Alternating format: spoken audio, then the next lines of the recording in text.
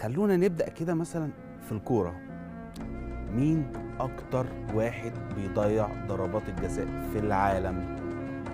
هتلاقي إن أكتر حد بيضيع ضربات جزاء في العالم هو اللاعب كريستيانو رونالدو.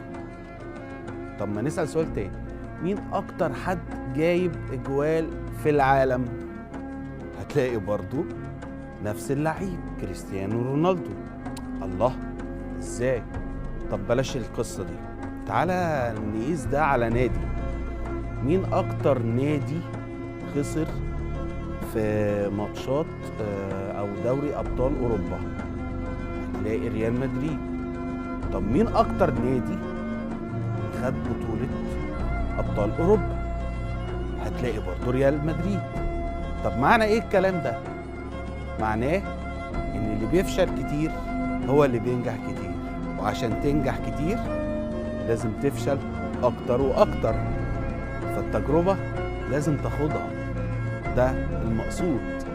هو مش مهم انت فشلت كم مرة على قد ما مهم انت وصلت لإيه ونجحت ازاي وكم مرة، لأن بعد كده كل مرات الفشل دي خلاص بقى ما بتحتسبش. هل كنت تتوقع ان اكتر واحد مضيع ضربات جزاء هو كريستيانو رونالدو؟ يستحيل. لو انا بحضر الحلقة ما كنتش اعرف المعلومة دي، تخيل.